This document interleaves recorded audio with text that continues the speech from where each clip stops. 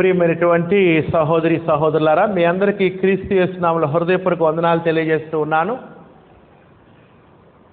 దేవుని ఇంట్లోనికి దేవుని కుమారులుగా కుమార్తెలుగా మీరందరూ వచ్చి ఉన్నారు. అందుని బట్టి దేవుని ఘనపరుస్తూ ఉన్నాను. ప్రతి ఆదివారం మనం దేవుని ఇంటి గడప తొక్కవలసిన వారమై ఉన్నాం. దేవుని ఇంట్లోకి వచ్చినప్పుడు అనేక విషయాలు మనం నేర్చుకుంటూ ఉంటాం. క్రమశిక్షణ దేవుని ఇంట్లో మనం నేర్చుకోవాలి. అల్లరి లేకుండా క్రమంగా దేవుని ఆరాధించడం మనం నేర్చుకోవాలి. దేవుని సన్నిధిలోనికి వచ్చినప్పుడు ఇక్కడ జరిగే కార్యక్రమాలన్నీ కూడా ప్రారంభ ప్రార్థన నుంచి ముగింపు ప్రార్థన వరకు అనేక విషయాలు మనం నేర్చుకుంటూ ఉంటాం. ఎక్కువగా ఆదివారం మనం సంఘంగా కూడినప్పుడు దేవుని ఆరాధించడానికి ఒక కారణం, గతించిన వారమంతా దేవుడు మనకు చేసినటువంటి మేళ్లను బట్టి దేవుని స్తుతించి సన్నతించడానికి కూడాం. అంతేకాదు, మనం దేవుని సన్నిధిలోకి వచ్చినప్పుడు ఇక్కడ జరిగే ప్రతి కార్యక్రమాలు, పాటలు కానీ, వాక్య పరిచర్య కానీ, ప్రభు బల కానీ అన్ని విషయాలు ఆలోచించినప్పుడు చక్కటి పాఠాలు, బుద్ధి, బోధ, జ్ఞానము, హెచ్చరిక, ఉపదేశం మనం పొందుతాము. అనేక విషయాలు మనం దేవుని సన్నిధిలో నేర్చుకుంటాము. ప్రత్యేకంగా నువ్వు క్రొత్తగా బాప్తిసం పొందినట్లయితే నీకంటే అనేక సంవత్సరాల క్రితం బాప్తిసం పొందిన వాళ్ళు ముందున్నారు సంఘంలో. వాళ్ళని చూసి నువ్వు నేర్చుకోవచ్చు. నీ క్రొత్తగా పెళ్ళైతే, క్రైస్తవ కుటుంబాన్ని నువ్వు ప్రారంభించుకుంటే నీకంటే ముందుగా క్రైస్తవ కుటుంబాలుగా వర్ధిల్లుతున్నటువంటి వారు, కుమారులు, కుమార్తెలు, మనవరాళ్ళను కలిగి ఉన్నటువంటి క్రైస్తవ కుటుంబాలు నీకు మాదిరిగా ఉంటాయి. ఈ ఉదయకాలం మందు దేవుని వాక్యాన్ని ధ్యానించుకుందాం. బైబిల్స్ని వాళ్ళ దగ్గర పెట్టుకోండి. సహోదరులారా, మంచి బైబిల్ మీ దగ్గర ఉంచుకోండి. చిన్న అక్షరాలు, చినిగిపోయిన బైబిలు, కుట్లుడిపోయిన బైబిలు, పేపర్ లేని బైబిల్ ఉంచుకోవద్దు. మంచి బైబిల్, క్రొత్త బైబిల్, చదవటానికి అనుకూలంగా ఉండేటువంటి బైబిల్ని దగ్గర ఉంచుకోండి. దేవుని వాక్యాన్ని ధ్యానించండి. చేదుకున్నోడికి చేదుకున్నంత దేవుని వాక్యంలో. ఇది ఒక బావి, ఇది బావి. బకెట్ పెట్టి ఎన్ని చేదుకుంటావో చేదుకో. అనేక విషయాలు మనం నేర్చుకోవచ్చు. విషయాల్ని పరిశీలనగా, లోతుగా ధ్యానించవలసిన వారమై మన దగ్గర ఉన్నటువంటి బైబిల్లో 4100 సంవత్సరాల చరిత్ర ఉంది బైబిల్లో. ఇది ఎన్ని సంవత్సరాల చరిత్ర అనుకున్నారు బైబిల్లో? అది ఆదాము నుంచి మొదటి శతాబ్దపు క్రీస్తు సంఘం వరకు, క్రైస్తవుల వరకు 4100 సంవత్సరాల చరిత్ర. 4100 సంవత్సరాల చరిత్రను దేవుడు కుదించి చిన్న పుస్తకంలో మనకు అందించాడు. గ్యాస్ సిలిండర్లో గ్యాస్ అంతా ఎలా గట్టిగా సిలిండర్లో బిగించి ఉంచుతారో, దేవుడు అన్ని వేల సంవత్సరాల చరిత్రని గ్రంథ రూపంలో పొందుపరిచి మనకి ఇచ్చాడు. వేల సంవత్సరాల చరిత్ర ఉన్నటువంటి గ్రంథాన్ని మనం చదువుతున్నాం. ఇంత పాత గ్రంథం మన జీవితంలో చూడలేం. 4100 సంవత్సరాల చరిత్ర ఉన్న పుస్తకాన్ని, ఆదాము సృష్టి ప్రారంభం నుంచి ప్రకటన వరకు 4100 సంవత్సరాల చరిత్ర అంతా కూడా ఒక గ్రంథ రూపంలో దేవుడు మనకు పొందుపరిచాడు. కొన్నిసార్లు ఒక వచనానికి 100 సంవత్సరాల వ్యత్యాసం ఉంటుంది. అందుకని ఒక్కసారి చదివితే అర్థం కాదు. ఎందుకంటే ఇది చాలా ప్యాక్డ్ బైబిల్. అనేక విషయాలు కుదించి రాయబడినాయి కాబట్టి మరలా చదువుతూ ఉంటే ఇంకా క్రొత్త విషయాలు అర్థమవుతుంది. ఎందుకంటే చాలా విషయాలు ఉన్నాయి కాబట్టి. సహోదరులారా, నేను మీకు ఒక అంశాన్ని వివరించడానికి సిద్ధపడి ఉన్నాను, వివరిస్తూ ఉన్నాను. అదేమిటంటే వినయము, హంబుల్నెస్, వినయమునకున్న విలువ, వాల్యూ టు ద ఒబీడియన్స్. దేవుని గ్రంథంలో దేవుని పట్ల నువ్వు చూపించే విధేయతకు, వినయానికి ఎన్ని దీవెనలు ఉన్నాయో, ఎన్ని ఆశీర్వాదాలు ఉన్నాయో. ఈ అంశాన్ని నేను 5 భాగాలు చేశాను. ఒకటి, వినయము అంటే ఏంటో మనం చూసాం. వినయము అంతరంగానికి సంబంధించిన విషయము. వినయము అంటే నటన కాదు. అమ్మో చెప్పండి అది ఎట్లా చేతులు కట్టుకొని తలంచి ఏదో షో చేయటం కాదు. వినయం అంటే నటన కాదు, దీన మనస్సు అన్నాడు కదా. అంటే అంతరంగానికి సంబంధించింది వినయము. అంతరంగంలో వినయం ఉండాలి. తగ్గించుకునే మనసు, దీన మనస్సు, వినయము, విధేయత, లోబడే తత్వం. వినయానికి వ్యతిరేకమైనది గర్వము, అహంకారము, అతిశయము.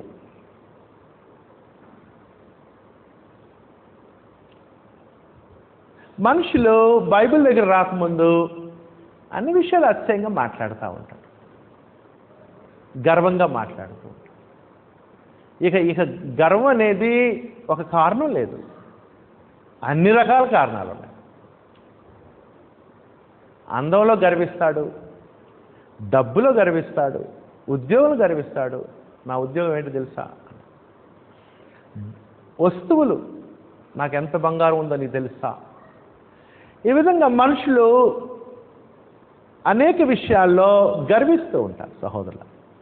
కానీ దేవుని దగ్గరికి వచ్చిన తర్వాత విషయాలు సరిగ్గా నీ కళ్ళద్దాలు తీసి దేవుని వాక్యం అనే కళ్ళద్దాలు పెట్టుకుంటే నీలో గర్వానికి బదులుగా, అహానికి బదులుగా దీన మనస్సు, సాత్వికం వస్తుంది. నా దగ్గర ఎంత బంగారం ఉందో తెలుసా అన్న నీవే వాక్య జ్ఞానంలో ఎదిగినప్పుడు ఏమంటావంటే, దేవుడు నాకు తన కృపతోటి దేవుడిచ్చాడండి, నాకు ఈ వస్తువులు దేవుడు నాకు ఇచ్చాడండి, దేవుడు నాకు సమృద్ధినిచ్చాడండి, అనేకులకి ఇలా నాకు ఇచ్చాడు, దేవుని కృప అని వినయ విధేయతలో నేర్చుకుంటాం. దేవుని సన్నిధిలో, దేవుని వాక్యం దగ్గరికి వచ్చినప్పుడు. ఆ తర్వాత సహోదరులారా, దేవుడు మానవుల నుండి వినయాన్ని కోరుతున్నాడు. అంతేకాదు, పోయినసారి మనం చూసాం, విధేయతను నేర్చుకోవాలి.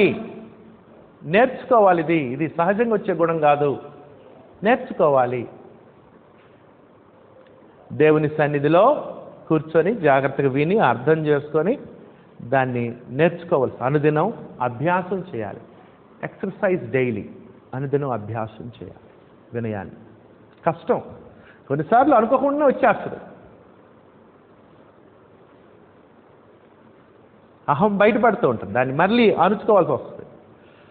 ఆ తర్వాత మూడో విషయం ఏం చెప్పారంటే, వినయానికి ఉండేటువంటి, వినయ మనస్కులకు ఉండే దీవెనలు, దేవుడు ఎన్ని దీవెనలు ఇస్తున్నాడు వినయ మనస్కులకి అనే విషయాన్ని కూడా పోయినసారి నేను ఎన్నో దీవెనలు, మళ్ళీ చెప్తే బాగోదు, అనేక దీవెనలు. సామెతలు 22:4.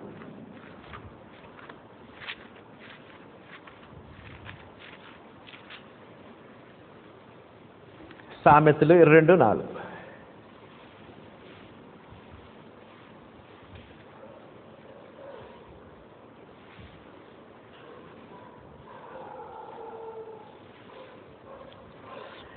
యెహోవా యందు భయభక్తులు కలిగినుట వినయమునకు ప్రతిఫలము. చూసారా, యెహోవా యందు భయభక్తులు కలిగినుట వినయమునకు ప్రతిఫలము. వినయానికి ప్రతిఫలం ఏంటో చూడండి. ఐశ్వర్యమును, ఘనతయు, జీవమును దాని వలన కలుగును. అది దేవుని యందు భయము, భక్తి, వినయము ఇటువంటి ప్రయోజనాలను మనకిస్తుంది. అనేకమైన ఆశీర్వాదాలు ఉన్నాయి వినయం వలన. ఆ తర్వాత సహోదరులారా, 4వ విషయం నేను మీకు ఏం చెప్పానంటే, వినయం కలిగి దేవుని చేత దీవించబడిన వారిని మనం ఒక్కొక్కరిని ఒక్కొక్క పాఠంలో ఒక్కొక్క ఉదాహరణ మనం చూస్తూ ఉన్నాము. వినయం కలిగి దేవుని చేత ఆశీర్వించబడిన వారు. ఐదో విషయం మనం ఏం చూసామంటే, దేవుడు వినయము కలిగి ఉండాలని ఆజ్ఞాపిస్తూ ఉన్నాడు. ప్రత్యేకంగా క్రైస్తవులకు వినయం కలిగి ఉండాలని ఆజ్ఞాపిస్తూ ఉన్నాడు.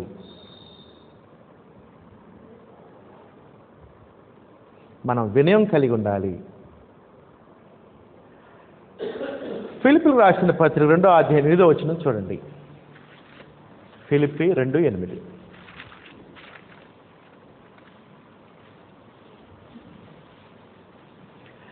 మరియు ఆయన ఆకారమందు మనుషుడిగా కనబడి మరణము పొందినంతగా, అనగా సిలువ మరణము పొందినంతగా విధేయత చూపిన వాడై తన్ను తాను తగ్గించుకునిను. సహోదరులారా, ప్రభువైన క్రీస్తు జీవితంలో విధేయత ఉన్నది, వినయం ఉన్నది. నేను అదొక ఎగ్జాంపుల్ చెప్తాను పాఠంలో. క్రీస్తు ఒక ఎగ్జాంపుల్గా కూడా చెప్తాను వినయానికి. ఇక్కడ క్రీస్తు ప్రభు విధేయత చూపించాడు, తను తాను తగ్గించుకున్నాడు అనే విషయం మనకు కనపడుతుంది.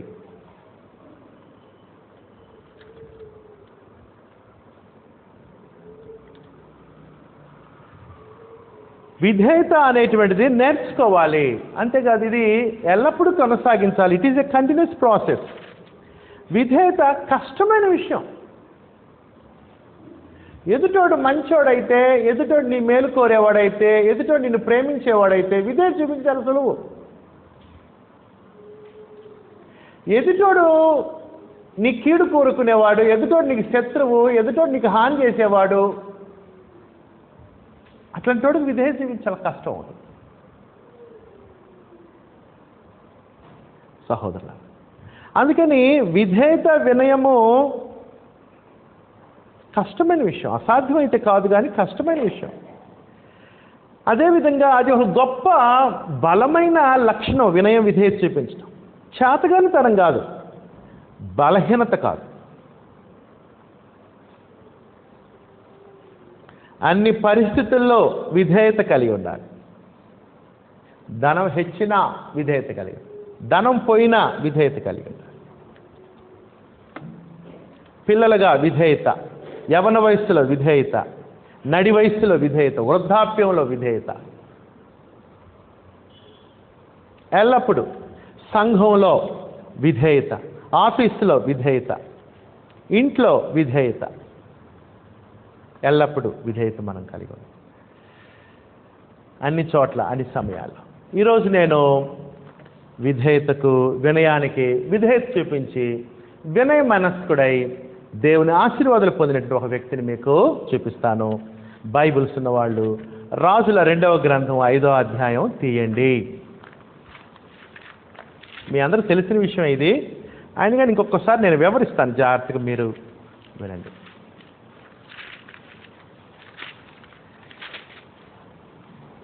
వాక్యం ఎట్లా ఉంటుందంటే,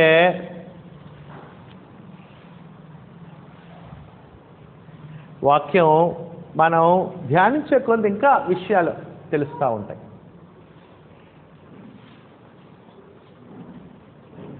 బైబిల్స్ ఉన్నవాళ్ళు రాజుల 2వ గ్రంథం 5వ అధ్యాయం తీయండి. 5వ అధ్యాయం తీసి దాంట్లో ఎర్రని దారం పెట్టుకోండి. నేను ఈరోజు దేవుని సన్నిధిలో విధేయత, వినయము, దీన మనస్సు, తగ్గించుకునే మనస్సు చూపించి ఆశీర్వాదాలు పొందిన ఒక వ్యక్తిని మీకు చూపించబోతూ ఉన్నాను. ఆయన ఎవరంటే నయమాను. సహోదరుల, నయమాను యెహోవా దేవుడిని ఎరిగినవాడు కాదు. నయమాను సిరియా దేశానికి చెందిన అన్యుడు. నయమాను అన్యుడు అంటే అర్థం ఏంటంటే, బైబిల్ ప్రకారం అన్యుడు అంటే దేవుడిని ఎరగనివాడు. దేవుడు అంటే తెలియదు. చాలామందికి దేవుడు అనగానే ఆవు గుర్తొస్తుంది. చాలామంది దేవుడు అనగానే ప్రాకే పాము గుర్తొస్తుంది, పొట్టలో ఉండే పాము. కొంతమందికి దేవుడు అనగానే గోడ మీద చిత్రపటం గుర్తొస్తుంది.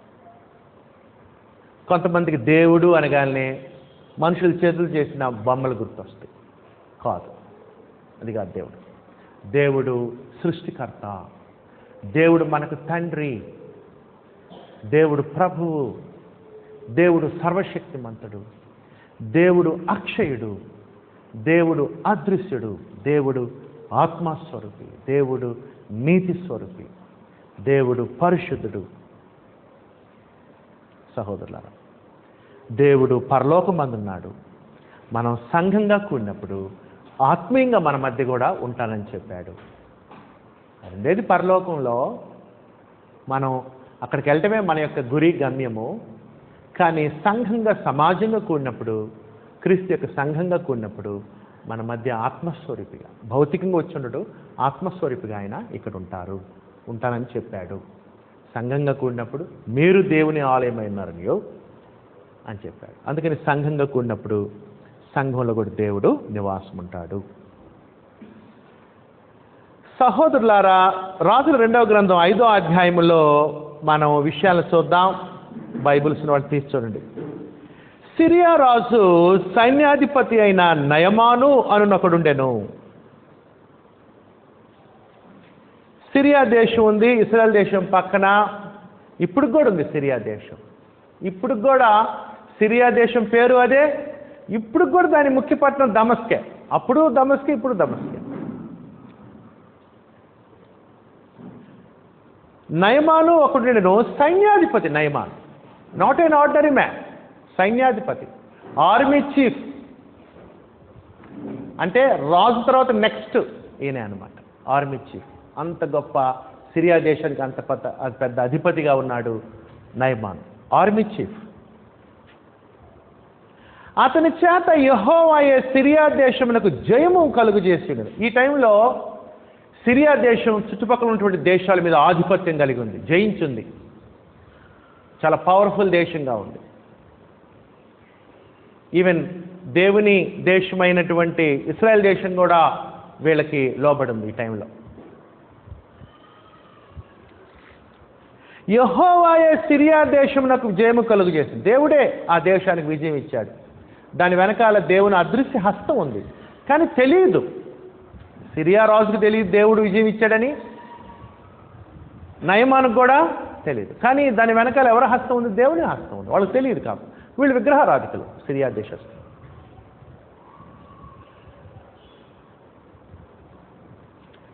వీళ్ళు రిమ్మోను అనేటువంటి దేవతను పూజిస్తూ ఉంటారు.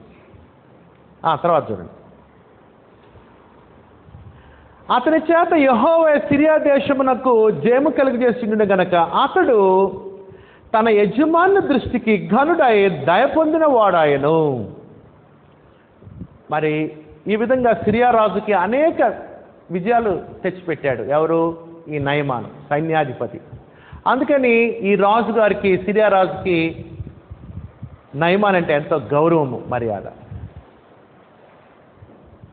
అతడు మహాపరాక్రమశాలి అయినను. నేచురల్గా సైన్యాధిపతి కదా, ఈయన యుద్ధవీరుడు, నైపుణ్యత కలిగిన వాడు. మహాపరాక్రమశాలి ఇతను యుద్ధంలో వేసే పన్నాగం కానీ, ఆయుధాలు వాడటం కానీ, ఆర్మీని ఉపయోగించడం కానీ చాలా పరాక్రమశాలి. అయితే కాలక్రమంలో ఏం జరిగిందంటే, మహాపరాక్రమశాలి కానీ అతడు కుష్ఠరోగి. అనుకోకుండా ఏం జరిగిందంటే ఇతనుకి కుష్ఠరోగం వచ్చింది. కుష్ఠరోగం ఒక భయంకరమైన రోగం. అది ఇక కుష్ఠరోగం వస్తే మరణం గ్యారంటీ. కుష్ఠరోగం వచ్చినప్పుడు మనుషులు వికారంగా తయారవుతారు. పుండ్లు, మచ్చలు కనపడి, తెల్లటి కుష్టు అని కూడా ఇక్కడ చెప్పాడు. అక్కడ 5వ అధ్యాయము 27 వచ్చిన చూడండి.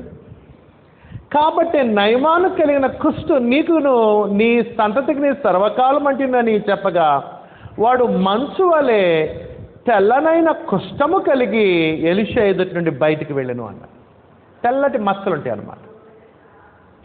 చూడటానికి కూడా వికారంగా కనపడతారు. మరణం సంభవిస్తుంది, ముదిరితే మరణం వస్తుంది. కుష్ఠరోగము అప్పుడు ఇప్పుడు ఎప్పటికీ దానికి మెడిసిన్ లేదు. అది తొందరగా స్ప్రెడ్ కాకుండా మెడిసిన్ డెవలప్ చేశారు, కానీ దాన్ని క్యూర్ చేయడానికి మెడిసిన్ లేదు, ఇప్పుడు కూడా లేదు మెడిసిన్. అంత భయంకరమైనటువంటి జబ్బు అది. ఇతను కుష్ఠరోగంతో బాధపడుతున్నాడు. కుష్ఠరోగి ఇంకో పరిస్థితి ఏంటంటే, ఈ కుష్ఠరోగు ప్రత్యేకమైన రూమ్లో ఉండాలి.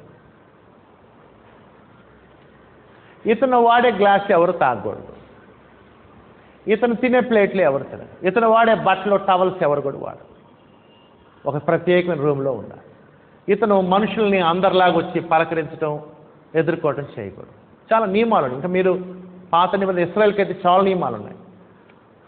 కుష్ఠరోగి వెళ్తూ ఉంటే ఎవరైనా కనుక ఎదురు వస్తుంటే కుష్ఠరోగి తల ఉంచుకొని నోటి మీద చేయబెట్టుకొని అపవిత్రుణ్ణి అపవిత్రుణ్ణి అనాలి. అప్పుడు అతను వేరే దారిలో వెళ్ళిపోతాడు. ఈ విధంగా కుష్ఠరోగి అనేకమైనటువంటి నియమ నిబంధనలను, అటువంటి రోగానికి ఇతను గురై ఇబ్బంది పడుతున్నాడు. సావు దగ్గరికి వస్తుంది, ముదురుతుంది, ఎందుకంటే మెడిసిన్ లేదు దానికి.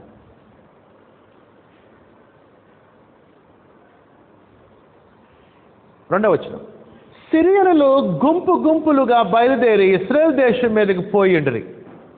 వారు అతడి నుండి ఒక చిన్నదాని చెరగుని తేగ అది నయమాను భార్యకు పరిచారము చేయుచుండెను. అది చెప్పానుగా, ఇశ్రాయేల్ ఈ సమయంలో ఎట్లా ఉన్నారు? ఆధిపత్యం కలిగి ఉన్నారు చుట్టుపక్కల దేశాల మీద. సిరియా రాజు, కారణం ఎవరు?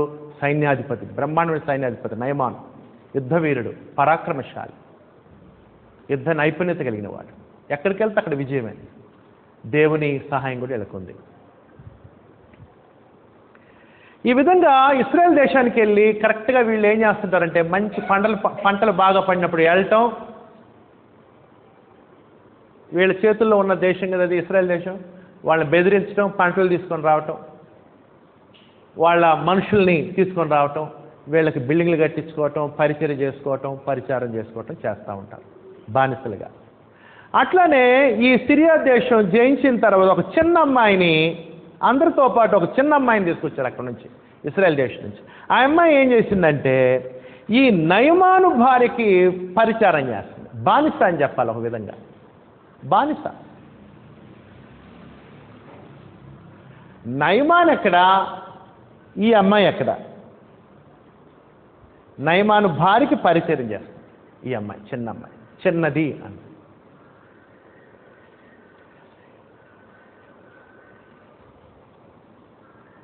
అది నయమాను భార్యకు పరిచారము చేయించండి. అది ఒక విధంగా ఈ ఇన్సిడెంట్ చెప్పిన వాళ్ళందరికంటే లీస్ట్ గర్ల్ అనమాట. ఈమె లీస్ట్, అందరికంటే తక్కువ రకం. ఒక విధంగా ఏం పని ఏంటంటే, ఇంట్లో అంట్లు దొంగతూ ఉంటుంది. ఎవరు? ఈ ఇశ్రాయేల్ చిన్నది. ప్రత్యేకంగా ఎవరింట్లో? నయమాను భార్య ఇంట్లో.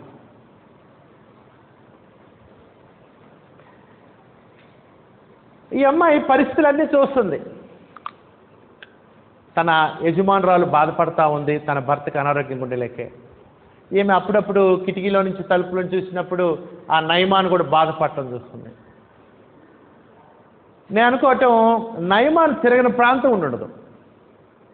అన్ని గుళ్ళకి, గోపురాలకి, దేవతలకి, దేవుళ్ళకి బొరుక్కుని ఉండొచ్చు, ఏం మార్పు లేదు. ఇటువంటి సమయంలో అన్ని ప్రయత్నాలు అయిపోయిన తర్వాత ఈ చిన్న అమ్మాయి ఒక సలహా ఇచ్చింది. ఎవరికి? నయమాను భార్యకి. ఏం చేసిందో చూడండి. అది ఏమని చెప్తుందో చూడండి. షోమ్రోన్లో ఉన్న ప్రవక్త దగ్గర నా ఏలువాడు ఉండవాలని నేను ఎంతో కోరుచున్నాను. అతడు నా ఏలువానికి కలిగిన కుష్ఠరోగమును బాగు చేయనని తన యజమానురాలతో అనిను. ఏమంటుంది చిన్న అమ్మాయి? అంట్లు నవ్వుతుంది. ఈ యజమానురాలంది, ఏమై చింతపండు ఇంకా తోము అంటుంది. తోముతుంది. అమ్మా ఒక మాటలు ఏమొచ్చు కానీ నువ్వు ముందు తోము అని అంటుంది. అట్లాంటి రిలేషన్ అనమాట ఆ యజమానురాలకి ఈ అమ్మాయి. కానీ ఈ అమ్మాయి ఎవరంటే భక్తిపర్రాలు, దేవుని పట్ల నిజమైన దేవుని ఎరిగినటువంటి స్త్రీ, చిన్న అమ్మాయి. ఆ చిన్న అమ్మాయి లోయెస్ట్ అనమాట ఇంట్లో. ఇక లీస్ట్ ఎవరంటే ఏమే least person, lowest and least person. ఒక సలహా ఇచ్చింది. ఏమని చెప్పిందంటే, షోమ్రోన్లో మా దేశం ఉంది, ముఖ్యపట్నం షోమ్రోను. ఆ షోమ్రోన్లో నున్న ప్రవక్త ఉన్నాడు, మా ప్రవక్త ఉన్నాడు. ఈ టైంలో ప్రవక్త ఎవరంటే ఎలీషా. మా దేశంలో షోమ్రోన్ పట్ల ఒక ప్రవక్త ఉన్నాడు. ఆ ప్రవక్త దగ్గర నా ఏళ్ళు పట్టడం వల్ల నేను ఎంతో కోరుతున్నా. అమ్మా మీరు అనేక ప్రయత్నాలు చేస్తున్నారు, ఒక చిన్న కోరిక ఆయన దగ్గరికి వెళ్ళండి, ఆయన బాగు చేస్తాడని నాకు నమ్మకం ఉంది అని ఆ అమ్మాయి, చిన్న అమ్మాయి సలహా ఇచ్చింది. ఈ మాట గుర్తుంచుకోండి, 5వ అధ్యాయంలో గొప్ప కార్యాలు జరగడానికి కారణం ఏంటంటే ఈ చిన్న అమ్మాయి. అసలు ఈ చిన్న అమ్మాయి దగ్గర స్టార్ట్ అయింది. అందుకని సహోదరి సహోదరులారా, మనం తక్కువ వాళ్ళం అయ్యుండొచ్చు, చిన్నవాళ్ళం అయ్యుండొచ్చు. కొన్నిసార్లు మనం చెప్పే మాటలు ఎంతో గొప్ప ప్రయోజనాన్ని చేస్తాయి. ఏమండి, ఆదివారం ప్రార్థన రండి, ఒకసారి వచ్చి చూడండి. ఆదివారం దేవుని వాక్యం వినండి, మీకు నెమ్మది కలిగిద్ది, దేవుడు సహాయపడతాడు. అట్లా ఒక చిన్న సలహా ఇస్తే వాళ్ళు దేవుని సన్నిధిలోకి వచ్చి దేవుని మాటలు విని మారటానికి, జీవితాన్ని దిద్దుకోవటానికి అవకాశం ఉంది కదా. ఈ 5వ అధ్యాయంలో చిన్నవాళ్ళు చెప్పిన మాటలు విని గొప్ప మేళ్లు పొందినటువంటి ఉదాహరణ ఇది. అంటే అటువంటి మనస్సు కావాలి మనిషికి. దేవుని చిత్తం ఎవరు చెప్పినా లోబడే స్వభావం కావాలని దేవుడు కోరుతున్నాడు. చూడండి ఏమని చెప్పింది. వెళ్ళాడు, చెప్పినప్పుడు ఏం చేసింది, ఏమే రకరకాల కారణాలు చెప్పవచ్చు. ఆమె యజమానురాలు, నువ్వు మాకు బానిసు, నువ్వు మాకు చెప్పేది ఏంది అని కూడా అనొచ్చు. అయితే ఈ యజమానులు ఏం చేసి భర్తకి చెప్పింది, ఏమండి ఇట్లా మన పనమ్మ ఈ విధంగా చెప్తుంది అని. అప్పుడు నయమాను ఏం చేశారంటే, సరే మనం అనేక ప్రయత్నాలు చేశాం కదా, ఈ ప్రయత్నం కూడా చేద్దాం అని ఈ నయమాన్ ఏం చేశాడంటే ఆ అమ్మాయి మాటను అంగీకరించి రాజు దగ్గరికి వెళ్ళాడు. ఎందుకంటే ఈయన సైన్యాధిపతి కదా, వేరే దేశానికి వెళ్ళాలంటే రాజుగారి పర్మిషన్ కావాలి. అందుకని రాజుగారి దగ్గరికి వెళ్ళాడు. ఈయన వెళ్ళి ఏం చేశాడో చూడండి, 5వ వచనం, 4వ వచనం. నయమాను రాజు వద్దకు పోయి ఇశ్రాయేలు దేశపు చిన్నది చెప్పిన మాటలను అతనికి తెలియజేయ. అబ్బో, ఆ మాట ఎక్కడ దాకా పోయింది, రాజుగారి దగ్గరికి పోయింది. చిన్నమ్మాయి మాట. మనం మంచి సలహాలు ఇవ్వచ్చు ఎవరికైనా, ప్రత్యేకంగా దేవుని వైపు తిప్పే విషయంలో, క్రీస్తును నమ్మకమని చెప్పే విషయంలో, దేవుని సన్నిధిలోకి రండి అని చెప్పే విషయంలో తప్పేం లేదు. ఈ చిన్నమ్మాయి చెప్పిన మాట ఎక్కడ పోయిందంటే రాజు దగ్గరికి పోయింది. ఇట్లా నయమాను రాజుగారిని అడిగి, ఇట్లా ఫలానా దేశంలో షోమ్రోన్లో ప్రవక్త ఉన్నాడంటండి, అక్కడికి వెళ్తాను నేను, ఇట్లా అక్కడ కూడా ఒక ప్రయత్నం చేద్దాం అనుకుంటున్నాను అని అన్నాడు.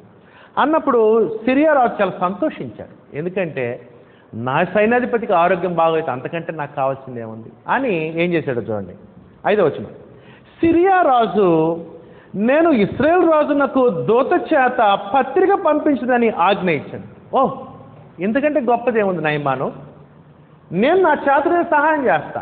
నేను ఒక రాజుని కదా, నేను ఒక అధికార పత్రికని, సిఫారసు పత్రికని, రికమెండేషన్ లెటర్ రాస్తా ఆ రాజుకి. మా వాడు వస్తున్నాడు చూడండి.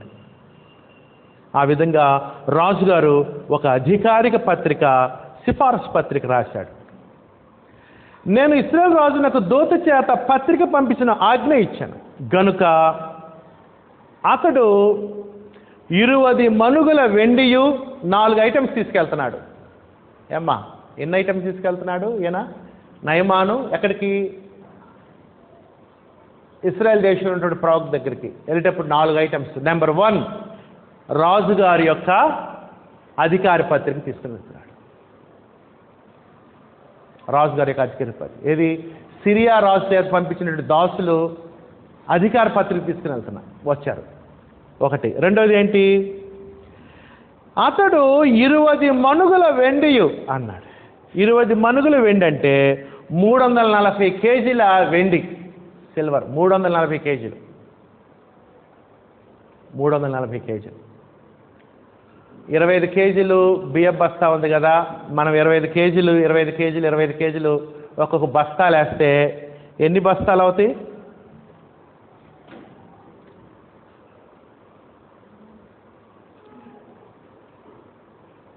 12-14 బస్తాలు అవుతాయి. 14 బస్తాల వెండి, 14 బస్తాల వెండి. ఒక్కొక్క బస్తాలు ఎంత? 25 కేజీలు, సుమారు 14 కేజీల 14 బస్తాలు అన్నమాట వెండి. తర్వాత 1,20,000 రూపాయల బంగారం. 1,20,000 రూపాయలని తెలుగు బైబిల్ రాశాడు. ఇంగ్లీష్ బైబిల్ ఏమన్నాడంటే 6,000 తులాల బంగారం అన్నాడు. తులం వచ్చేసి 10 కేజీలు అనుకుంటే 60 కేజీలు బంగారం. 60 కేజీలు బంగారం. 20 కేజీలు ఒక బస్తా వేసి ఒక బ్యాగ్లో వేస్తే 3 బ్యాగులు. 20 కేజీలు 20 కేజీలు 20 కేజీలు 3 బ్యాగులు బంగారం. 3 బ్యాగుల్లో బంగారం, 14 బ్యాగుల్లో వెండి.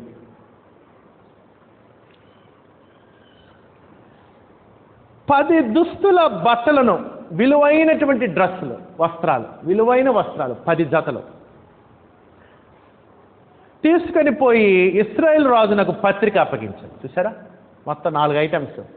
రాజుగారి రికమెండేషన్ లెటర్ ఉంది, బంగారం 3 బస్తాలు ఉంది, వెండి 14 బస్తాలు, 10 జతల బట్టలు. ఈ 4 ఐటమ్స్ ఎప్పటికీ విలువైనయే. రాజుగారి దేశాధిపతి రికమెండేషన్ లెటర్ చేస్తే పని చేస్తుందా లేదా?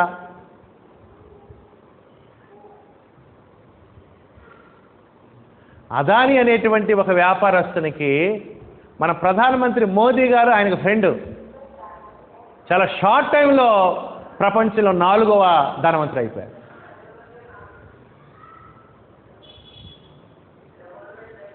అందుకని రికమెండేషన్, రాజుగారి రికమెండేషన్ ఒకటి ఎప్పుడు విలువైందే, బంగారం ఎప్పుడు విలువైంది, వెండి ఎప్పుడు విలువైంది, బట్టలు ఎప్పుడు విలువైంది, శ్రేష్టమైనవి కదా.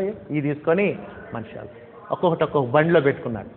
ఈయన సైన్యాధిపతి కాబట్టి సైన్యం ఉంటుంది, ఈయనకి సెక్యూరిటీ ఉంటుంది, ఎస్కార్ట్ ఉంటుంది, రథాలు ఉంటాయి. ఈయన బయలుదేరితే వెనక రథాలు ఒక విధంగా ఇశ్రాయేలు రాజు మాటలను బట్టి ఏమర్థం అవుతుందంటే యుద్ధానికి వచ్చినట్టుగా ఉంది సీన్. బాగోవటానికి వచ్చినట్టు లేదు, యుద్ధానికి వచ్చినట్టుంది సీను. అంత ఆర్మీతో వచ్చాడు అనమాట, పరివారంతో, తన పరివారంతో వచ్చాడని కూడా రాశాడు. గుర్రాలు రథాల మీద వచ్చాడని రాశాడు. ఈ విధంగా అట్టహాసంగా నయమాను బయలుదేరి వచ్చాడు. వచ్చి ఎక్కడికి వెళ్ళాడు? ఇశ్రాయేల్ దేశం వచ్చి రాజుగారి దగ్గరికి వెళ్ళాడు. వెళ్ళి ఆ రాజుగారికి పత్రిక ఇచ్చాడు. చూడండి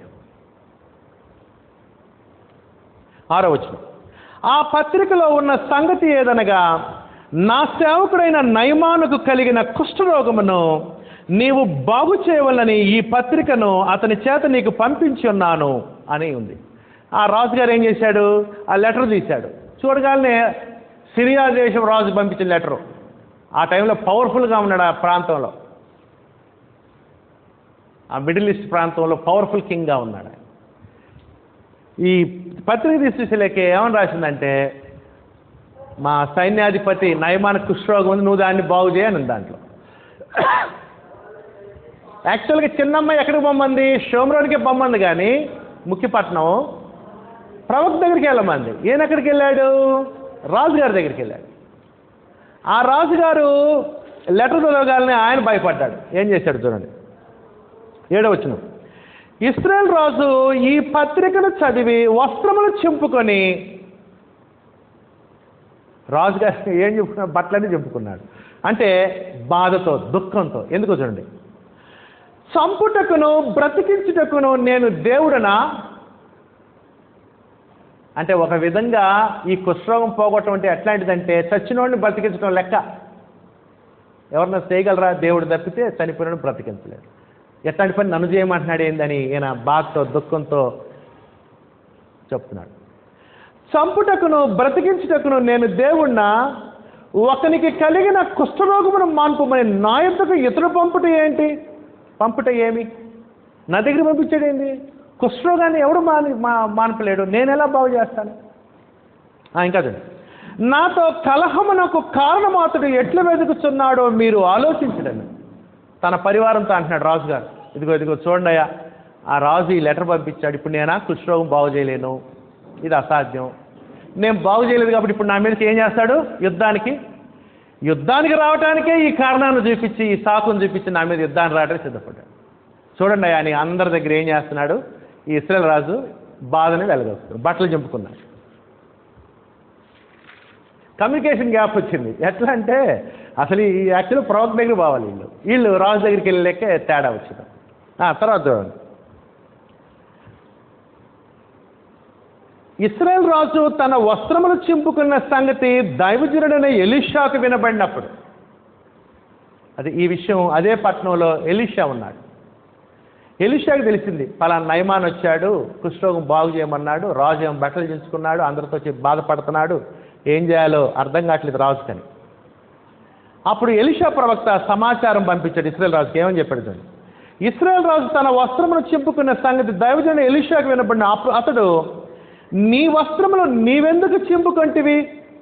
ఇశ్రాయేల్లో ప్రవక్త ఎక్కడున్నాడని అతనికి తెలియబడినట్లు అతను నా ఎద్దుకు రానిమ్ము అని రాజునకు వర్తమానం చేశాడు. అది సహోదరి ఇశ్రాయేలు ఈ టైంలో ఎంత దుర్మార్గ స్థితిలో ఉన్నారంటే, అసలు ప్రవక్త ఒకడు ఉన్నాడు మన దేశంలో మన పట్టణంలో అని కూడా మర్చిపోయారు ఇశ్రాయేల్ రాజుగారు కానీ జనం కానీ.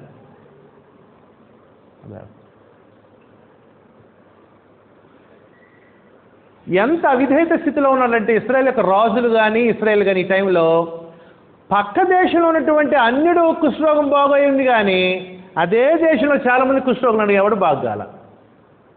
కారణం ఏంటంటే సొంత దేశంలో వాళ్ళు దేవుని ప్రవక్త మాట విని దేవునికి లోబడలేదు. పరాయి దేశంలో ఉన్నవాడు దేవుని ప్రవక్త మాట విని దేవుడు ప్రవక్త ఉన్నాడని తెలుసుకుని వచ్చి లోబడి ఆరోగ్యాన్ని కుష్ఠరోగాన్ని పోగొట్టుకున్నారు. ఆ విషయం క్రీస్తు ప్రభు లూకాసు సువార్త 4:22-30 చెప్పాడు.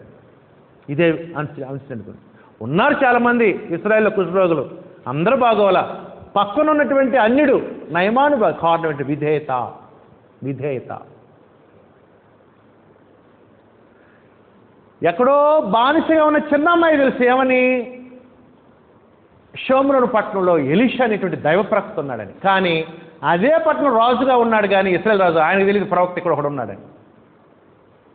కుష్ఠరోగం బాగైద్దని ఆ అమ్మాయి చెప్పి పంపిస్తే, అమ్మో కుష్ఠరోగం బాగైద్దా నేను చేయాలా అని ఆయన భాష చెప్పుకుంటున్నాడు.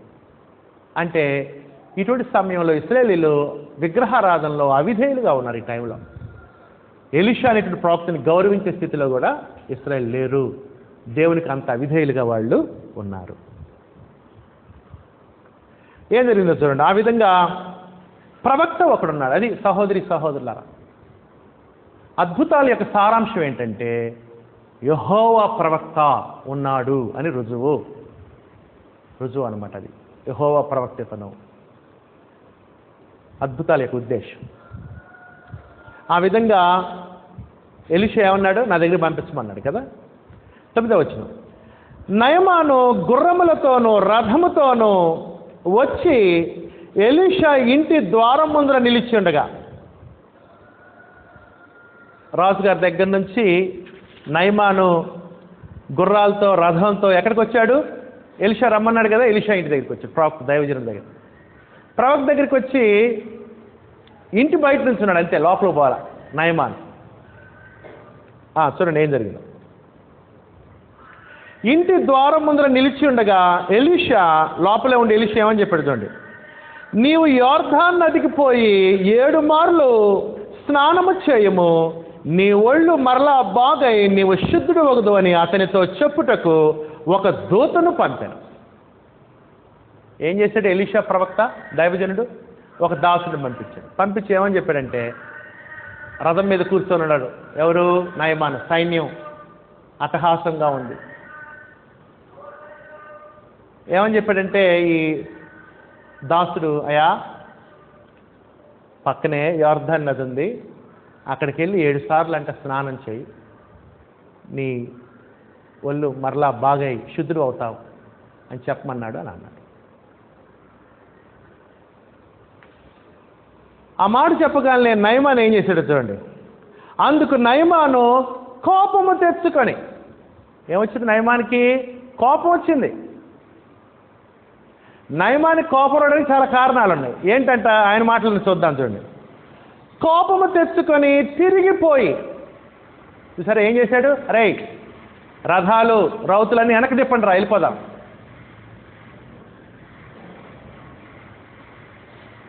ఇతని కుష్ఠరోగం వచ్చినా కానీ గర్వం అడిగి తగ్గల మనిషికి. వెళ్ళిపోతాం వెనక్కి. వెళ్ళిపోతున్నారు వెనక్కి. తిరిగి వెనక్కి వెళ్ళిపోతున్నారు. వెళ్ళిపోయారని కూడా రాయబడింది. వెళ్ళిపోతూ తన దాసులతో చెప్తున్నాడు. ఇతను ఏమంటున్నాడు చూడండి, తిరిగిపోయి ఇట్లనెను, అతడు నా యొద్దకు వచ్చి నిలిచి. ఇతను ఏమనుకున్నాడు, నయమాను ఇంత గొప్పోడు వచ్చాడు, సైన్యాధిపతి, ప్రస్తుతం పవర్లో ఉన్నటువంటి రాజుగారి దగ్గర సైన్యాధిపతిగా పనిచేస్తున్నాడు, ఈ ప్రాంతం అంతా జయించినోడు, వీరుడు, పరాక్రమశాలి, ధీరుడు వచ్చాడు కాబట్టి నేను వచ్చాను నీ ఇంటి ముందుకి అనగానే ఏమనుకున్నాడు ఈయన, నయమాన్ ఏమనుకున్నాడు, నేను వచ్చాననగానే ఎలీషా అమ్మ గబగబ పరిగెత్తుకుంటూ వచ్చి ఆయన ముందర నిలిచి, అయ్యా చెప్పండి నువ్వు ఏం చేయాలి అంటాడేమో అనుకున్నాడు ఈయన నయమాన్. కానీ ఎలీషా రాలా, అదొక కోపం. నా యొద్దకు వచ్చి నిలిచి, గబగబ ఇంట్లో నుంచి బయటకు వచ్చి నా దగ్గర నుంచుంటాడు అనుకున్నా, రాలా, అదొక బాధ ఒకటి. రెండోది, తన దేవుడని యెహోవా నామమును బట్టి తన చెయ్యి రోగముగా ఉన్న స్థలం మీద ఆడించి కుష్ఠరోగమును మానుపండి నేను అనుకుంటుంది. వచ్చి అయ్యా ఏంటయ్యా ఏంటి మీ బాధ, ఏం లేదు నాకు కుష్ఠరోగం ఉంది. ఎక్కడెక్కడ ఉందయ్యా, నీకు తెల్ల మచ్చలు పుండ్లు ఎక్కడ ఉన్నాయో, ఆ మచ్చలు ఉన్న చోట, చేయి దగ్గర, ఈ చేయి దగ్గర, ఈ నొదుట, ఈ నొసట అని అట్లా చెయ్యిని ఇట ఆడిచ్చి బాగు చేస్తాడు అనుకున్నాడు.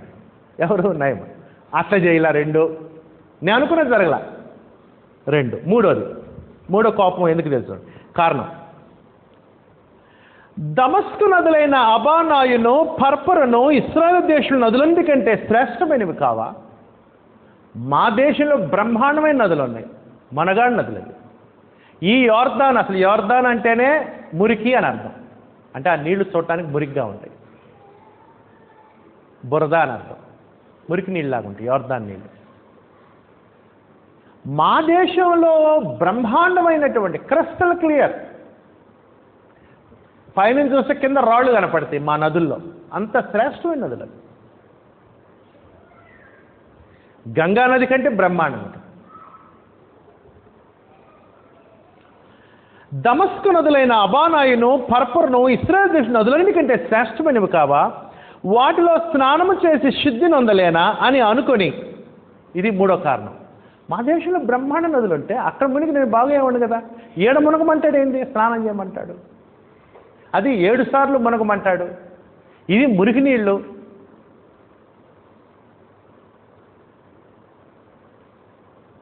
ఈ 3 కారణాలను బట్టి ఆయనకేమొచ్చింది అనుకొని రౌద్రుడై తిరిగి వెళ్ళిపోయాను. అది రౌద్రుడై. కోపమేమో మామూలు కోపం, రౌద్రం అంటే ఇంకా దానికి డబల్, కోపంతో తిరిగి వెళ్ళిపోతున్నాడు. సహోదరి సహోదరులారా, ఈ మాట గుర్తుంచుకోండి. కోపంతో, ఆవేశంతో, రౌద్రంతో తీసుకున్న నిర్ణయాలు సరిగా ఉండవు.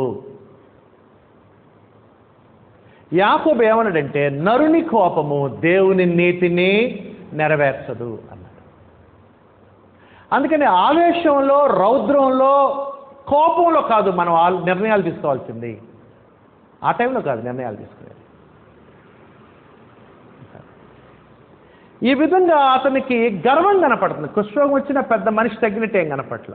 గర్వం, అహం, నేనంటే ఏమనుకున్నా, నేను ఎట్లా అనుకున్నా, అసలు నేను ఎట్లా అంటాడు, నేను ఆయన ఇంటికి రావడమే గొప్ప, గబగబ బయటకు వస్తాడు, నిలుచుంటాడు, వంగుతాడు అనుకున్నాడు, నమస్కారం చేస్తాడు, ఇట్టు చేస్తాడు, అట్లా ఏమి చేయలేదు. నేను ఏంటి అనుకున్నాడు, నాకు గనక అతను బాగు చేస్తే వెనక తెలీదా, బంగారం 3 బస్తాలు, వెండి 14 బస్తాలు, డ్రెస్ 10 బస్తాలు, నా చేతిలో ఏమైంది రాజుగారి పత్రం, ఏమనుకుంటున్నాడు అతను ఆయన గురించి.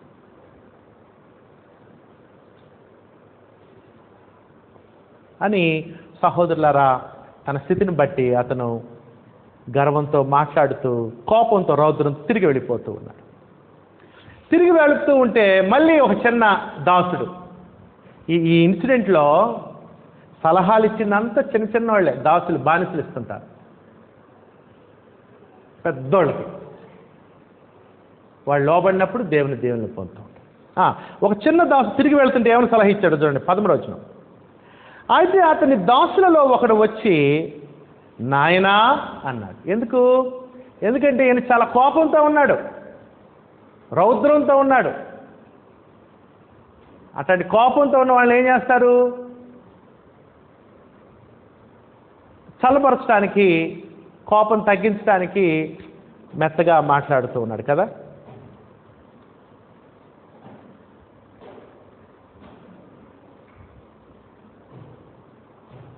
రౌద్రుడై తిరిగి వెళ్ళిపోయాను. మృదువైన మాట కోపమును చల్లార్చును అన్నాడు సొలొమోను కదా. నాయన అని అంటూ ఏమంటున్నాడు, నాయన ఆ ప్రవక్త ఏదైనా ఒక గొప్ప కార్యము చేయమని నియమించిన నీవు చేయకుందువా? ఒక గొప్ప కార్యం చెప్తే చేసేవాడు కదా. అయితే స్నానము చేసి శుద్ధుడవు కమ్మను మాట దానికంటే మేలు కాదా అని చెప్పినాం. అయ్యే గొప్ప కార్యం ఏమిటి చేసేవాడు కదా, ఈ చిన్న పనే కదా, చాలా చిన్నది, సింపుల్. మళ్ళీ నువ్వు మళ్ళా అబానాయు మరి పరపరు నీ నదులు ఉన్నాయి కదా, అందరం ఎందుకు కుష్ఠరోగం తీసుకెళ్ళటం, ఆడ గడుక్కోవటం, ఈడ పక్కనే కదా నది, యోర్దాన్ నది పక్కనే ఉంది. 7 సార్లు మునగమన్నాడు, చక్కగా బాగా వెళ్ళిపోవచ్చు కదా. నీకెందుకు కోపం వచ్చింది, ఎందుకు రౌద్రంగా ఉన్నావు?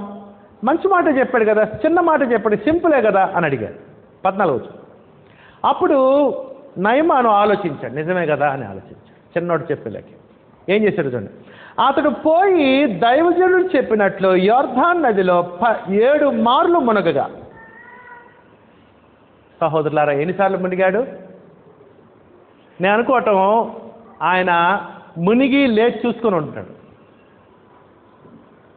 మళ్ళీ ఒకసారి మునిగాడు చూశారు, 2 చూసుకుని ఉంటాడు, 3, 4, 5, 6, 7 మునిగి లేచినప్పుడు మరలా చూసుకొని ఉంటాడు కదా.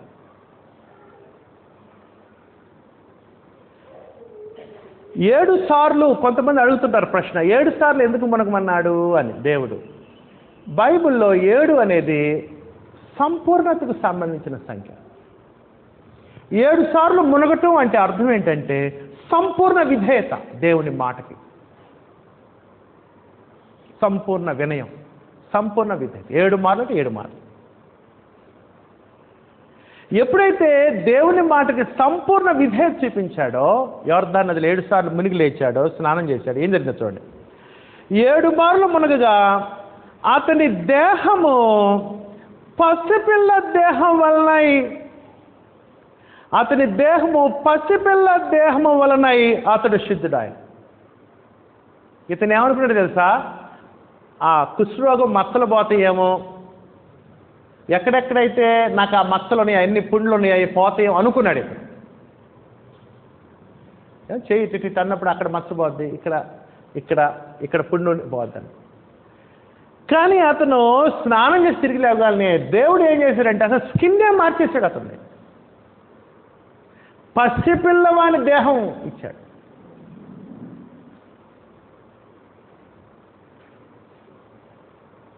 అర్థమవుతుందండి? పసిపిల్లవాని దేహం ఎందుకు చెప్పాడంటే, పుట్టిన పిల్లలు మీరు చూస్తే వాళ్ళ బాడీ మీద మచ్చలు ఉండవు. పుట్టుమచ్చలు కూడా చిన్నగా తర్వాత డెవలప్ అవుతాయి. ఇక వాళ్ళకి మచ్చలు ఎప్పుడు ఏర్పడుతుంది? ఆడుకునేటప్పుడు, కింద పడినప్పుడు, పైన పడినప్పుడు, గాయాలై కుట్లు కట్టి అయ్యి మచ్చలు తయారవుతాయి. సహోదరులారా, సంపూర్ణ విధేయత.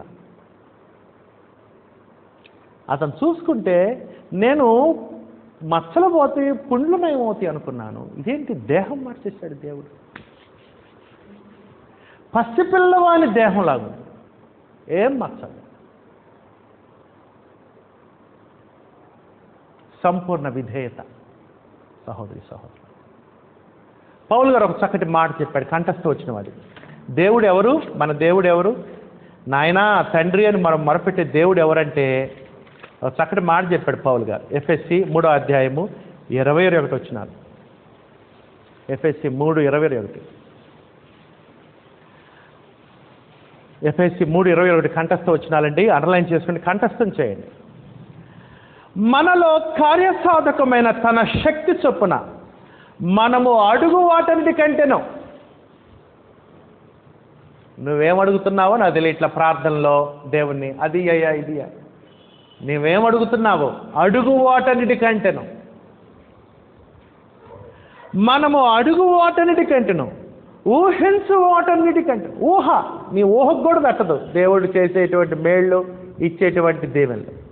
నీ ఊహకు కొడతాడు. ఏమడిగాడు నయమాను? ఏం ఊహించాడు మనిషి? మచ్చలు పోతాయి అనుకున్నాడు.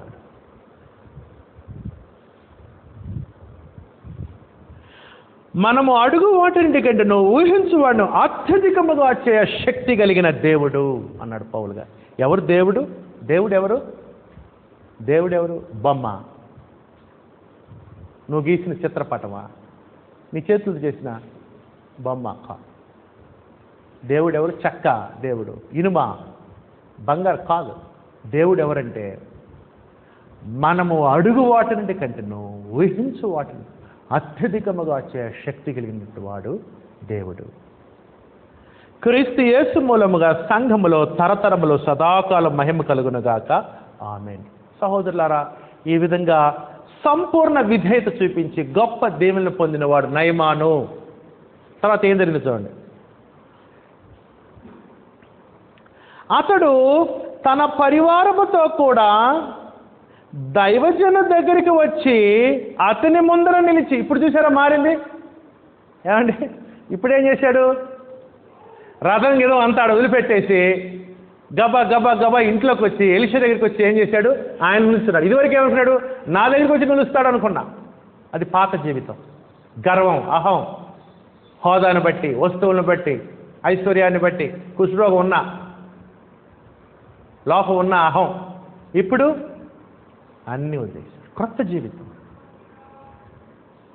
మనం బాప్తిస్మన్నప్పుడు కూడా ఇదే జరిగింది. ఆ నీటిలో మునిగి శరీరశుద్ధి కలగటం, నీటిలో మునిగి ఆత్మశుద్ధి కలగటానికి ఛాయగా ఉంది నయమాన్ ఇన్సిడెంట్. ఏం చేస్తున్నాడు? సైన్యాధిపతి గబా గబా గబా ఎలీషా దగ్గరికి వచ్చి ముందర నిల్చోన్నాడు. చిత్తగించుము. ఏమంటున్నాడు? మాటలో మార్పు, ఆలోచనలో మార్పు, ప్రవర్తనలో మార్పు. ఏమంటున్నాడు చూడండి. చిత్తగించుము, ఇశ్రాయేలు అన్న దేవుడు తప్ప లోకమంతటి యందును మరి ఒక దేవుడు లేడని నేను ఎరుగుదును. ఇప్పుడు నీవు నీ దాసుడైన నా యొక్క. ఏమంటున్నాడు? ఇప్పుడు ఎవరంటేనా? నేను నీ దాసుడిని. మరి నీళ్ళలో మనకు ముందు నువ్వు నా దాసుడివి అంటే ఏమనుకుంటున్నావు? ఇప్పుడు అయ్యా నీ దాసుడు. ఈ మాట 3 సార్లు చెప్పాడు ఆయన మాటల్లో. నీ దాసునని 15వ వచనంలో చెప్పాడు. 17వ వచనంలో నీ దాసుని నాకు ఇప్పించకూడదన్నాడు. 18వ వచనంలో చివరిలో నీ దాసుని నన్ను క్షమించును గాక. 3 సార్లు నీ దాసుని. Complete change. అంతరంగంలో మార్పు వచ్చినప్పుడు నీ ఆలోచనలో మార్పు వస్తుంది. అంతరంగంలో మార్పు వచ్చినప్పుడు నీ మాటల్లో మార్పు వస్తుంది. అంతరంగంలో మార్పు వచ్చినప్పుడు నీ ప్రవర్తనలో మార్పు వస్తుంది. కాగా ఎవడైనా క్రీస్తునందు నిలవాడు నూతన సృష్టి, పాతలు గతించెను, సమస్తమును కొత్తవాయను. మనిషి వినయం ఇదే. ఇప్పుడు అయ్యా చెప్పండి, చిత్తగించు, నీ దాసునయ్య. సహోదరులా, ఇంకేమన్నాడు చూడండి. ఏమంటున్నాడు చూడండి. 16వ వచనం, 15వ వచనం చివరి భాగం. ఇప్పుడు నీ దాసున నా యొద్ద బహుమానం తీసుకో. బహుమానం తీసుకో. అదిగో బంగారం 3 బస్తాలు, వెండి 14 బస్తాలు, బట్టలు 10 జతలు. నేను అనుకోవటం ఈ నయమాను ఎన్ని గుళ్ళు గోపురాలు తిరిగి, ఎన్ని పూజలు చేసి, ఎన్ని లక్షలు ఖర్చు పెట్టుంటాడు ఇదివరకు. విగ్రహారాధనలో ఆ పూజ చేస్తాం, ఈ పూజ చేస్తాం, ఆశని పెట్టి తీసి డబ్బులు గుంచటమే పని. తీసుకోయా అన్నాడు. తీసుకొని ఎలీషా ఏమన్నాడు తెలుసా? ఎవని సన్నిధిని నేను నిలవబడి ఉన్నానో, ఇశ్రాయేలు దేవుడని ఆ యెహోవా జీవముతుడు, నేనేమీ తీసుకున్నాను. దేవుడు నన్ను ఏం తీసుకోవద్దు, వెళ్ళిపో నువ్వు. అయ్యా ఏమి తీసుకోవా? ఒక బ్యాగ్ అని తీసుకోవద్దు. ఎందుకంటే విధేయత చూపించావు కాబట్టి దేవుడు నిన్ను బాగుపరచు. అంతే. విధేయత కావాలి దేవునికి. నీ అధికారం, నీ స్థితి దేవునికి అక్కర్లేదు. నీ బంగారం దేవునికి అక్కర్లేదు. నీ వెండి దేవునికి అక్కర్లేదు. నీ బట్టలు దేవునికి అక్కర్లేదు. అవన్నీ దేవుడు నీకు ఇచ్చినాయి. అవన్నీ నువ్వు పుట్టకముందే దేవుడు నీ కోసం సృష్టిలో చేసి ఇచ్చినాయి. ఆదాములు చేవకముందే ఇచ్చాడు, ఇవన్నీ ఉంచాడు తీసుకొని వాడుకోమని. మరి ఏం కోరుతున్నాడు దేవుడు? విధేయత కోరుతున్నాడు. ఆయన మాటకు విధేయత. యోర్దాను నదిలోకి వెళ్ళి 7 మార్లు వెళ్ళాడు. యోర్దాను నదికి 7 మార్లు సంపూర్తిగా అన్ని విషయాలు మునిగాడు, బాగయ్యాడు. సహోదరి మాట గుర్తుంచుకోండి, దేవుని దగ్గర రాజుగారి సిఫారసు పత్రిక కంటే, బంగారం కంటే, వెండి కంటే, విలువైన దుస్తుల కంటే దేవుని దేవుళ్ళని పొందాలంటే ఇవేమీ కాదు. కానీ ఇవి చెల్లుబాటు కావు. విధేయత కావాలి. దేనికి? ఆయన మాటకి. దేవుని మాటకి విధేయత కావాలి. ఏ విషయంలో విధేయత? అన్ని విషయాల్లో 7 మార్లు పూర్తిగా. నువ్వు ఉదయం లేచిన దగ్గర నుంచి పండుకునేదాన్ని అన్ని విషయాలు. భార్యతో ఎట్లా ఉండమన్నాడు? విధేయత. భర్తతో ఎట్లా ఉండమన్నాడు? విధేయత. ఆఫీసులో ఎలా ఉండమన్నాడు? విధేయత. సంఘంలో ఎలా ఉండమన్నాడు? షాప్కి వెళ్ళినప్పుడు దేవుడు ఎలా ఉండమన్నాడు? విధేయత. అన్ని విషయాల్లో విధేయత చూపించినప్పుడు మనం దేవుని దీవెనలు మనం పొందుతాము. దేవుని ఆశీర్వాదాలు పొందాలంటే వస్తువులు, వస్త్రాలు కాదు, కానీ విధేయత కావాలి.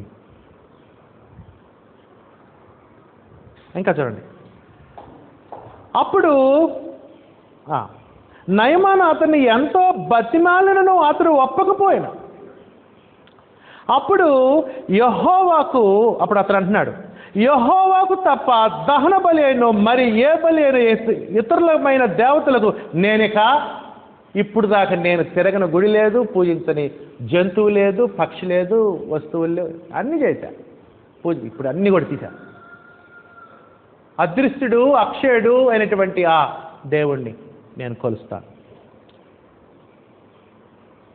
ఆలోచనలో మార్పు, మాటల్లో మార్పు, ప్రవర్తనలో మార్పు, దేవునిలో మార్పు. ఇదివరకు విగ్రహాలు, ఇప్పుడు దేవుడిని, తండ్రిని దేవుడిని గణపడు.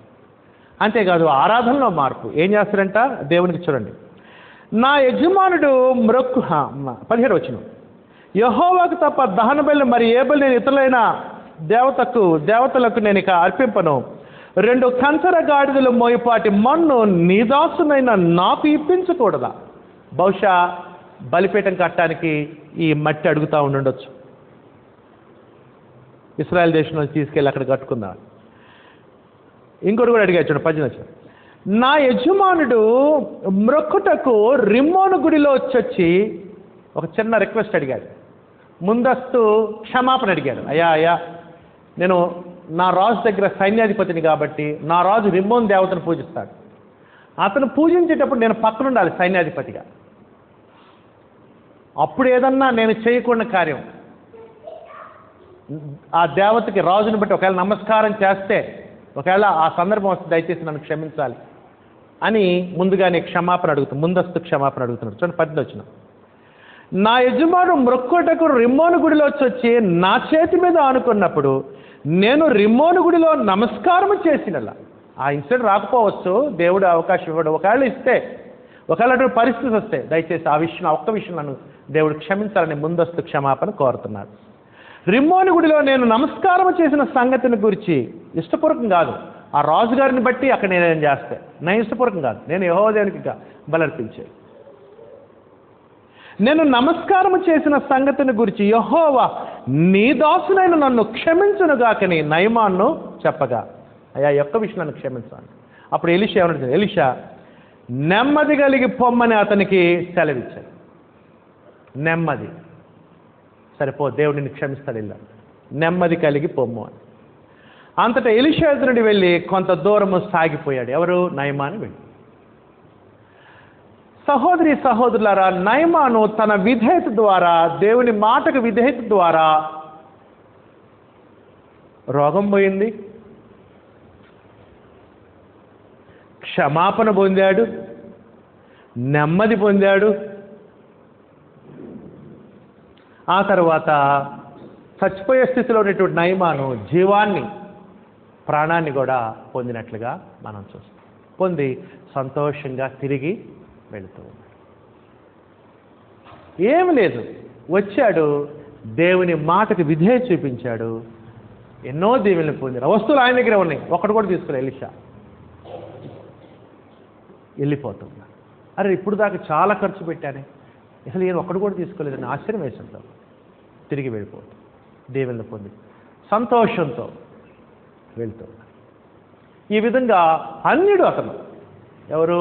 నయమాన్. అన్యుడు అయినప్పటికీ ఇశ్రాయేల్ దేశం వచ్చి ఇశ్రాయేల్ ప్రవక్త ఎలీషా మాటకు లోబడి పూర్తిగా దేవుని పొంది సంతోషంగా తిరిగి వెళుతూ ఉంటే, ఇశ్రాయేల్ దేశంలో ప్రవక్త దగ్గర ఉన్నటువంటి గెహాజీ, ఇశ్రాయేలీయుడు గెహాజీ ఇశ్రాయేలీయుడు, ఆ తర్వాత టైం లేదు కాబట్టి నేను చదవట్లేదు.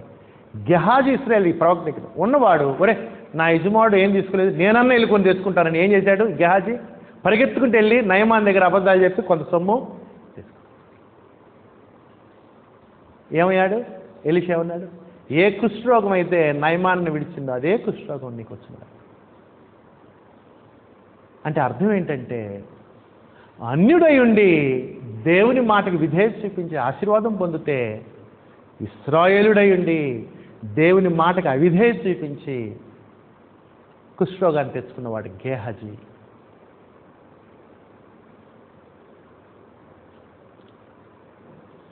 ఇశ్రాయేలీలై ఉండి దేవునికి అవిధేయత చూపించి పాలుతేళ్లు ప్రవహించి దేశంలో పండుకున్న రాలిపోయారు ఇశ్రాయేలు 6,03,458 మంది. రాహాబు పక్కా వేశ్య విధేయత చూపించి ఇశ్రాయేలు దేశంలో పాలుతేళ్లు ప్రవహించి భూభాగంలో స్వాస్థ్యాన్ని పొందినటువంటిది రాహాబు స్త్రీ. ఏం తేడా అయింది? విధేయత. దేనికి? దేవునికి, దేవుని మాటకి. కరువు వలన ఇశ్రాయేలీలు అనేకులు చనిపోతూ ఉంటే, విధవరాండ్రతో పాటు కరువు వలన 3.5 సంవత్సరాల కరువు వలన, అదే కరువులో ఉన్నటువంటి సారెపతి స్త్రీ, అన్య స్త్రీ అనమాట, ఆమె స్త్రీ అవిధేయత చూపించి ఇశ్రాయేలు నశించిపోతుంటే, అన్యురాలైనటువంటి సారెపతి స్త్రీ ప్రవక్తకి భోజనం పెట్టి కరువులో తనని తన కొడుకును కాదని విధేయత చూపించి దేవుని మాటకి ఆ కరువు నుంచి ఆమె తప్పించబడినట్లుగా మనం చూస్తాం. ఈ విధంగా సహోదరు తేడా ఏంటంటే విధేయత, దేవుని మాటకి విధేయత. రాబోయే రోజుల్లో మనం క్రీస్తు జీవితం చూస్తాం. ఇక విధేయతకు ఆయన హెచ్చైన ఉదాహరణ. ఇంక అంత విధేయత ఎవడు చూపించడు ఈ లోకం. హంబ్లెస్ట్ పర్సన్, విధేయత. సహోదరి సహోదరులారా, మరి మన జీవితాల్లో కూడా దేవునికి విధేయత చూపించి, ఆయన కుమారుని క్రీస్తుకి విధేయత చూపించి మనం దీవెనలు పొందవలసినటువంటి వారమై ఉన్నాం. ఇంతవరకు ఎంతో జాగ్రత్తగా ఉన్నందుకు మీ అందరి కృతజ్ఞతలు. ఈ విషయాలు, నేర్చుకున్న విషయాలు రాబోయే రోజుల్లో మనం వినయ విధేయతల్లోనికి నడిపించబడాలని, దేవుని మేలు పొందాలని కోరుతున్న మాటలు ముగిస్తున్నా. మీ అందరి హృదయపూర్వక వందనాలు.